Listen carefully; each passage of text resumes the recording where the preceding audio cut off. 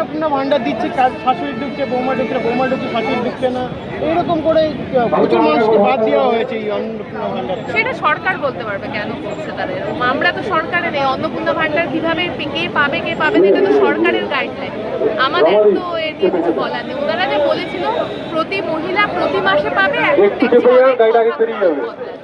মানে আমাদের নির্বাচনের আগে বলে এসেছিল সেই প্রকল্পের সুবিধা যাতে সবাই পায় সেটাই জানি। আমাদের যে কথা আজকের মিছিল এবং গত 4 মেতে নতুন সরকার বিজেপি সরকারে আসার পর থেকে এখন অব্দি আমরা দেখেছি বুলডোজারের সামনে শুধুমাত্র হকার তারা নয়, বস্তিবাসী মানুষ, হকার একেবারে শ্রমজীবী মানুষের রুটি রুজির উপর আক্রমণ নেমেছে। কোথাও তাদের বাড়ি ভেঙে দেওয়া হচ্ছে, কোথাও তার রুটি রুজির দোকানটুকু ভেঙে দেওয়া হচ্ছে। এখন তো রেল হকার যারা একদম চলতি হকার তাদের উপরও নানা রকম আইন আনা হচ্ছে, হেনস্থা করা হচ্ছে। ট্রেনে যারা হকারি করে তাদের উপর আমাদের পরিষ্কার কথা যেটা যে একজন রুটি রুজি করছেন যে মানুষটা, তাকে দ্বিতীয় কোনো পুনর্বাসন ছাড়া এইভাবে উচ্ছেদ করা যায় না, এটা সরকারের কোনো নীতি হতে পারে। তার উপরে এই গুরুত্বপূর্ণ বিল, যে বিলের মধ্যে দিয়ে আসলে প্রতিবাদ কতটা করা যাবে, কতটা প্রতিবাদ করলে সরকারের মানে সরকারের ক্রেডিবিলিটি নষ্ট হবে না, তার উপরে কোনো আঘাত আসবে না, সেইটার জন্য কার্যত এই বিল আনা হয়েছে। আমরা প্রথম থেকে বামপন্থীরা বলে এসেছিলাম বিজেপি তাদের যে ধরন বাকি রাজ্যগুলোতেও এবং গোটা দেশের ক্ষেত্রে তারা যেভাবে সরকার পরিচালনা করছে তার শ্রমজীবী মানুষদের পেটে লাথি মেরেই হচ্ছে এবং বড় লোকদের হাতে আরো বেশি করে সম্পদ যাতে তুলে দেওয়া যায়, এদেশের জল জমি রেল ব্যাংক সমস্ত তুলে দেওয়া, তারই একটা চেষ্টা ছিল। ফলে তার উল্টো দিকে দাঁড়িয়ে বাংলায় পরিবর্তনের কথা বিজেপি বলেছিল, আসলে এই বাংলার পরিবর্তনটা তৃণমূল গত 15 বছর ধরে দুর্নীতি করে একবারে শ্রমজীবী মানুষের অধিকারকে কেড়ে নেওয়ার চেষ্টা করেছে। তারপর আজকে দাঁড়িয়ে আরো বিপুল করে আমরা প্রতিবাদে আজকে রাস্তায় তৃণমূলের 80 জন বিধায়ক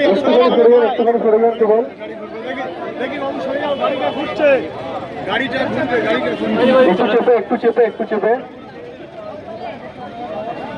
চেপে গাড়িটা পুরো ঘুরবে।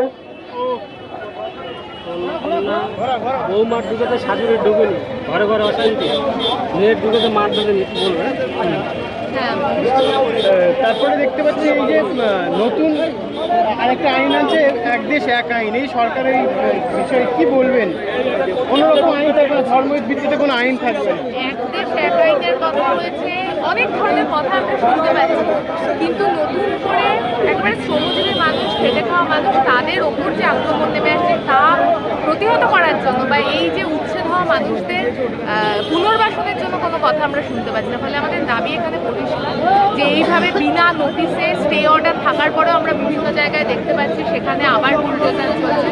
ফলে এই ঘটনা আর ঘটানো যাবে না এবং আজকে আপনারা দেখতে পাচ্ছেন এই মিছিলে বহু মানুষ এসছেন যারা এই ধরনের প্রান্তিক অংশের এবং তারা এই লড়াইটাতে প্রত্যেক দিন নিজের সশরীরে লড়াই করে।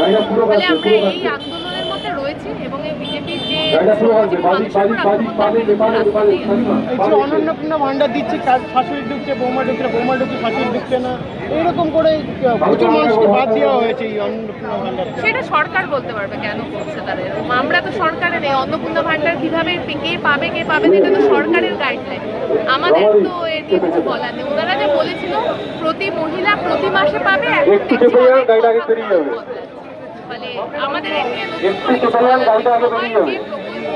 নির্বাচনের আগে বলে এসেছিল সেই প্রকল্পের সুবিধা যাতে সবাই পায় সেটাই জানি।